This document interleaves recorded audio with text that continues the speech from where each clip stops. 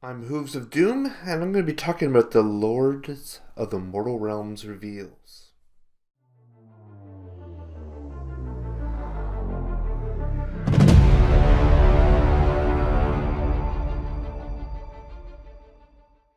So first off, this was a bit of a strange review, given that it was entirely focused on Warhammer Fantasy through kind of Age of Sigmar, Underworlds, and Cursed City. There was not a Space Marine or 40k reveal to be had, and that is quite rare. This tells me that there's a lot going on this year on the fantasy side of things, and the presenters of this reveal seem to think that it was a long time since the last one, but it was just a few weeks, really. So I think they're trying to keep up the momentum going into 2021 as shipping and some logistical things are kind of going on, but trying to keep up the hype and the momentum, and they certainly accomplished that. I mean, they could have revealed many of these Lumineth releases last time since they teased them all, but now we have the full range. So we knew this was coming, and the Lumineth range got a massive boost. We have the Venari Blade Lords, the Venari Battle Ballistas, the Shrine Luminor, kind of an alternative builds of the mounted model and kind of the little bow fox guy. And we have the Lore Seeker, the Battle Banner, kind of more caster builds, and a twin model, Elania and Elathor. I think this basically makes 8 completely new kits with 2 additional alternative builds from models we saw previously. This range is now completely exploded with potential and options. It's very rare to see this amount of models being released for what you see as a still fairly new faction. Right? This has only been around a year. And this is truly kind of an abundance of riches. There are simply so many possibilities here. The Blade Lords are just so cool. I really love the Swordmasters of Hoth from Warhammer Fantasy. I have plenty of those. And so to see kind of a recreation of those in a different aesthetic is really interesting. The terrain features interesting and great. I know, a lot of people, were a little bit wary that really loved the high elf aesthetic. Not entirely sold on kind of the new Lumineth models, but many of these here are just a straight shot to the old model range. They're really cool, really kind of harkening back. And, I think this will draw in, a lot of people that were wary and sitting on the sidelines. So many of the models play kind of the sun and moon aesthetics and they're often kind of divided right down the middle. The moon, I think, represents Teclis. The sun represents Tyrion. Really quite cool. Now, some people don't like their kind of funky little pants. But even jeans don't make sense in a different cultural context. It'll all be fine. I really don't focus on things like that. They wear the pants that they wear. Elania and Elathor are like these Eclipsean war sages, each chosen by Tyrion and Teclis respectively. This type of dual model, kind of twin range, is kind of a new trend. You saw it in Slaanesh Demons previously.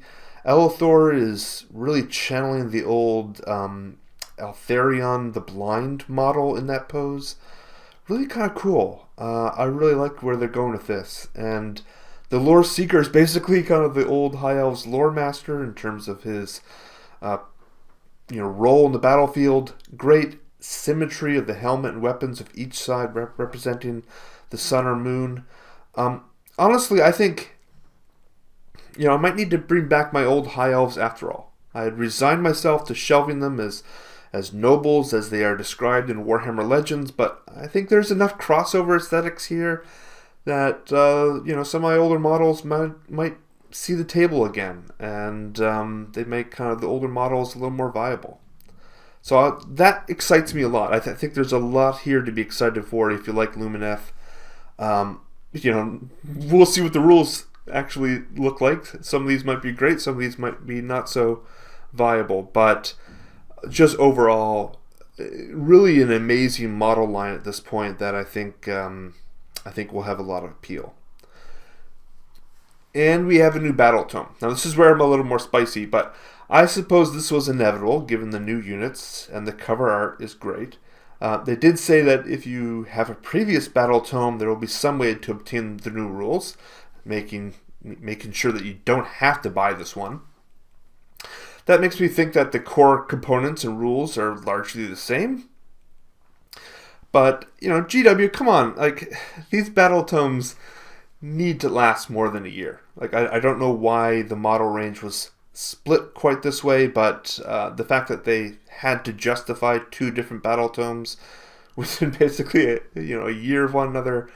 I just got the special edition of the last battle tome a couple months ago, and if the shipping and printing problems don't resolve themselves, I'm not really sure what is going to go on here.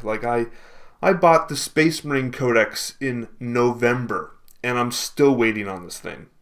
And now it's tied into my Slaanesh order, and that could be delayed because of the storm and COVID and some stuff. So, if the shipping situation isn't improved, by the time I get this new battle tome, the next one will be coming out.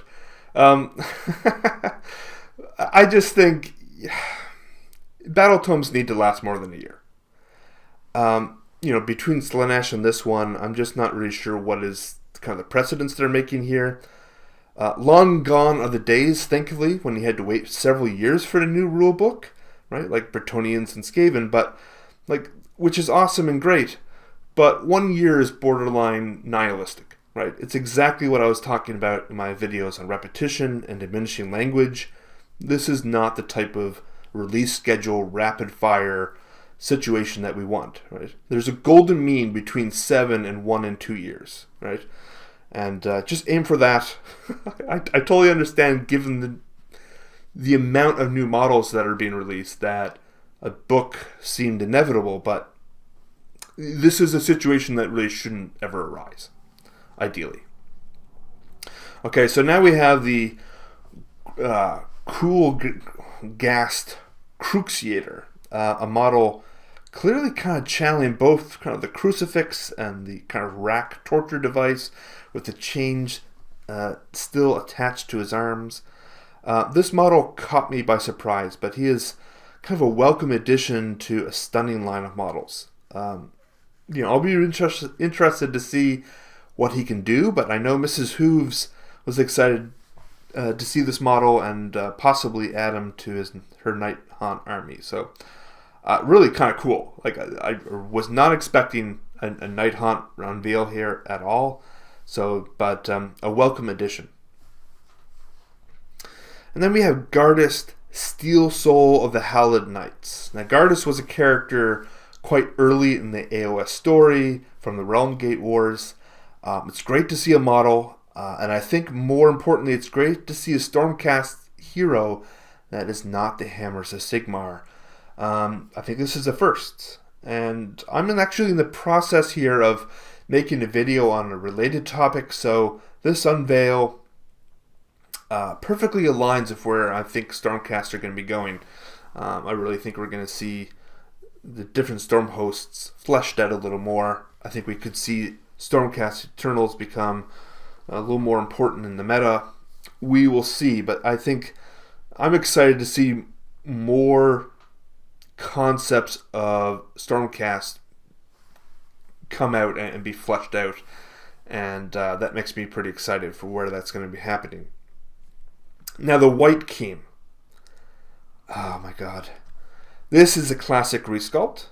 So you can see here is the original model. He's listed in my collection resource database as model 691. And you can see the inspiration for the newer version in the helmet and the shield design, although he has decided to switch out his sword for a lance. So of all the models unveiled, I think this one is my favorite. Just a lot of detail going on this model, and he is kind of the harbinger of things to come. A lot of people were anticipating plastic blood knights, and I think those are still probably forthcoming. But just be a little patient a little further and spend some time thinking about what this model means for the story in Broken Realms Techless. absolute gorgeous model, but we know coming out later this year there are more death models. So has Nagash been defeated again and his minions are taking over, or is his absence felt? Has he been defeated once again, and or is he planning revenge against Teclis's incursion? Well, we'll find out soon enough. So some of these models were already teased, but the Warhammer Underworlds warband Mob of Mork was finally unveiled. And Bonesplitterz are, a fairly generic ranged, composed of old characters and 2 plastic kits from which you can build, I think, 7 units. So a decent range, not a terrible selection choice, definitely not great, but it's on the smaller end. But it's amazing in some way that they've been able to push a small amount of kits into so many different potential options. But man, this range really does need some help. And these are a great mix of unique models and sculpts that will see a lot of action in AOS and 40k. The shaman in particular is great. I love his little snake. The feathers on the models are kind of a nice crossover from the Bonesplitterz shamans in general. That caused a little confusion at first, but I continue to be excited for Warhammer Underworld sculpts, and I'm eagerly looking forward to the upcoming Osiark and Idoneth warbands. Okay, so there's a new Warhammer Underworlds 2-player starter set. When I saw this, I thought, what is the regular box? I mean, that's basically what any Warhammer Underworlds box is. But this is a little more smaller scale, right? It has 2 pre-constructed decks. And the Nighthaunt and Stormcast models are basically stock models. We've seen those before. So less cards and more generic models, but it should be priced accordingly. I feel at this point that these Underworld boxes are just, thrown against the wall. Like, there's so many of these individual small releases that are just designed to onboard people. And they must be working to some extent. It does say on the box that they sold 200,000 copies. That seems fairly impressive to me. I don't know if that includes the individual warbands or just the season boxes, but I think this game is probably more popular than many would think. Alright, the drip, drip, drip from Warhammer Cursed City has ended. And now the floodwater is broken. And I think the models for this game are simply stunning. There's so much individuality. They explore so many facets of culture and story. They truly push the boundaries here. And I think this game is going to be phenomenal. Right? For me, this is an absolute must-buy. The heroes are unique and characterful. Each one is just, a true character in the sense and its background and its aesthetic. The enemies are imposing, strange, and dreadful. We've seen some of the most unique zombies and skeletons ever created. And we have weird, bizarre creatures, including undead ogres, an array of different vampires and dreadful creatures. And even the main bad guy, the wolf himself, seems to be kind of a vampire ogre. This is all stretching the imagination, right? Very rare to see different undead creatures beyond just humans. Now we've seen a little more different possibilities. And it never even crossed my mind that you could have different creatures as vampires, right? Maybe you could have a vampire elf. I don't know. But this is cool. And we've seen some of these concepts to some extent, but the range pushes the possibilities. So to my mind, this is beyond exciting. And I know many others share my enthusiasm for this game and concept. I want to spend some time kind of looking at the image of the floor map here as the game as it might be played. I have to say much of this appearance is likely for dramatic effect. I think back to like the HeroQuest image of their board. It's very similar, right? You have all the characters spread out as though they all went off in separate directions and opened every single door, right? Right? They do this with the HeroQuest board. That's probably not how this game will be played by most parties, right? So I'm thinking back to HeroQuest. They have the wizard on one side of the board, and he's taking on 4 or 5 orcs single-handedly. Now, in HeroQuest, the wizard could barely handle a couple goblins. But the image provides kind of a sense of scale and excitement, right? You've opened everything. You see all the action going on. I was a little concerned when I first saw this that the floor tiles would be a little too generic, that they were all kind of one color. But you can actually see a lot of different patterns and colors. And I think, this kind of room-by-room layout is probably better than a board like in HeroQuest. I think it offers a little more unknown, right? A little more excitement, a little more randomness. We'll see how it actually plays out, how the tiles actually go down. If you've played Silver Tower or Blackstone Fortress, it's supposed to be a very similar type of game. The contents of this box are simply incredible. You're looking at dozens of models, dozens of enemies, really a host of cool characters as we've already looked at. In addition to objectives, tokens, and floorboards, there are even war scrolls for AOS, something that I think some people were asking for. Honestly, I don't know what price this box set is, but there's obviously some ceiling there where I won't buy it, but it has to be pretty damn high. This box will almost certainly I will be getting. And there's even a little novel to support the release. Now, normally this would be the part that I'm least excited for, but I actually enjoyed the Silver Tower novel. You have several different characters, and each is quite different. They're all there for different reasons. It makes for an interesting story. And so this might be something I might get. Now, the biggest challenge for me in terms of this box is because I'm absolutely certain to probably get this, I have committed to try to paint every single model I own, and there's so many models in this box set. So this would be a commitment to paint, and to paint a lot. And I have a lot planned this year already, so this presents a little bit of a daunting obstacle. But that's all right. It's like I said, all these releases are just a bounty of riches. Man, AOS looks really good this year. We'll have kind of a lapse where there's a lot of 40K, I think, in the upcoming months. So, again, this is to kind of tide us over, keep us excited, keep us engaged as we kind of go through perhaps a little bit of a dry period. But it looks really cool. So not included in the Twitch preview, at least, is there's a final tease for a new Be'lakor model.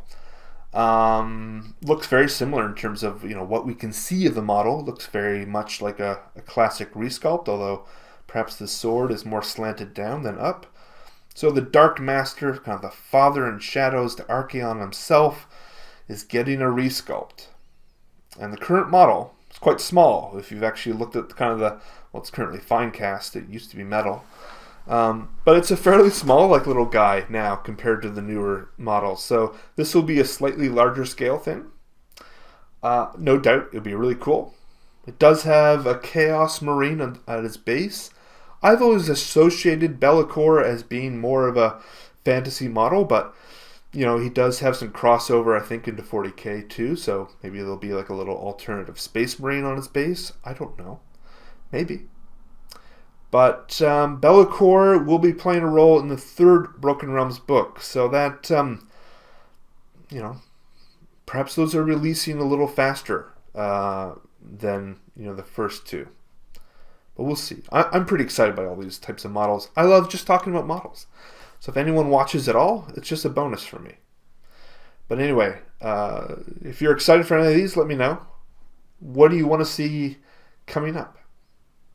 I hope you enjoyed looking at models and talking about them as much as I do. Have a good one. I'll see you in the next video. I hope you enjoyed this video.